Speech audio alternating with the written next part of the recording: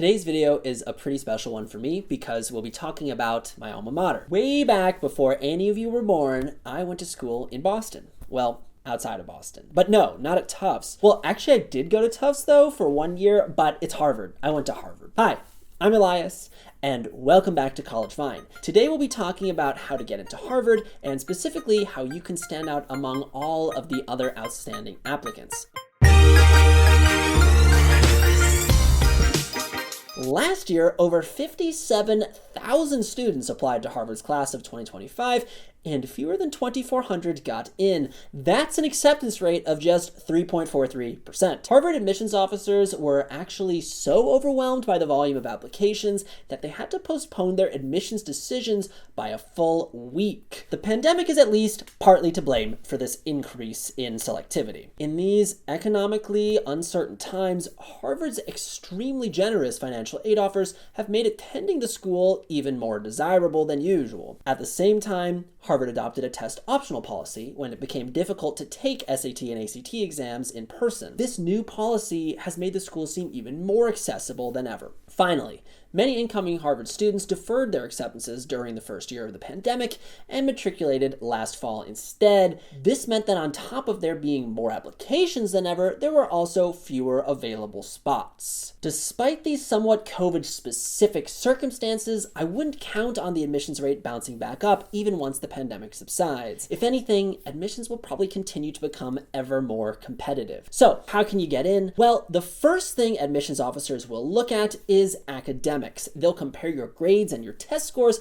to those of other applicants and determine whether they think you're academically prepared for Harvard. If your transcript, SAT, or ACT scores are notably weaker than those of the average accepted student, you won't be automatically rejected, but admissions officers will likely place your application at the bottom of the pile, and they may never fully consider it. Okay, so what grades and test scores do you actually need?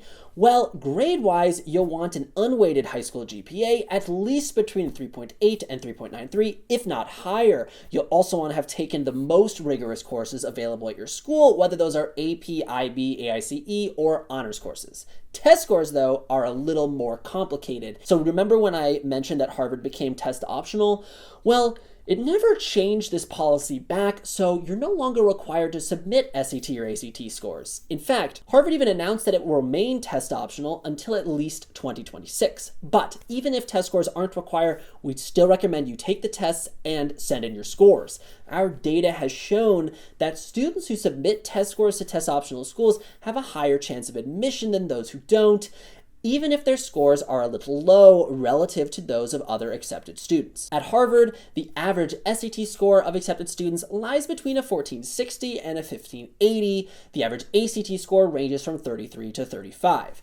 In practice, this means that you should submit your scores even if they are a bit below the bottom ends of these ranges. All right, let's say you have the grades to get through this first part of the admissions process. What's next? Well, now we need to talk about extracurriculars. We know it may seem like you need to be a published author or an Olympic-level athlete to get into Harvard, but actually, all you need is a good spike. What's a spike? Oh my goodness, it's pretty much my favorite thing to talk about. Seriously, check out like any of my other videos. A spike is an area in which you have some meaningful achievements to which you've dedicated a significant amount of time. Your spike can be anything. You could have a spike in computer science or in piano performance, to name two. Say you're a Model UN champ, you worked as an intern on a local political campaign, you attended a prestigious student leadership conference, and you have an important position in student council. This spike in public service and government would definitely help you stand out against other applicants and also make your application more memorable, and that's critical. For Harvard, you'll want your spike to include at least one high-level extracurricular, like winning some state or national level award or recognition, and then a collection of other related activities or classes. Okay, say you're feeling pretty confident about your grades, scores, and extracurriculars. Well, now it's time for the most fun part of applications, the essays. Just so you know, these have gotten a little harder since JFK wrote his infamous Harvard essay in 1935.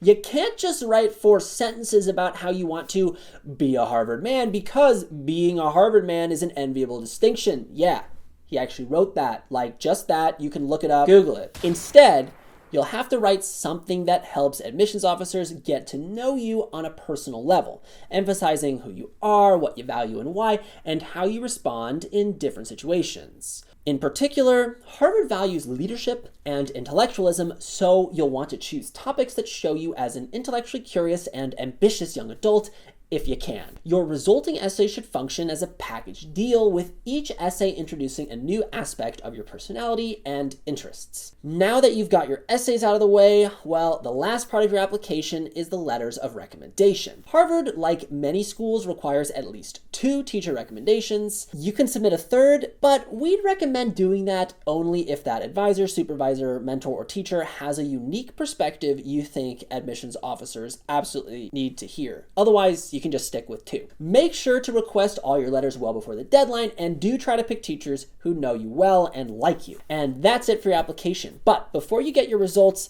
there might be one last thing you have to do for the admissions committee. You may be selected for an alumni interview, and Harvard takes these very seriously. Not everyone has to do an interview, and some students do get in without doing them, although it's rare. But if you are offered an interview, you should definitely take advantage of that opportunity. An alumni interview is a great chance to showcase your personality and directly ask an alum some questions about the school. All right, say you've done all this, you submitted near perfect grades and test scores, you earned a Nobel Peace Prize, and you discovered life on Mars. Are you guaranteed a spot at Harvard? Well, maybe for that Mars thing, but in general, even extremely strong applicants can't count on getting in. There are just so many well-qualified applicants that admissions does often boil down to luck. But if you follow these guidelines, you can dramatically improve your chances at an acceptance. That's it. Just about everything you need to know to maximize your chances at getting into Harvard. We hope this video has given you a better sense of admissions at this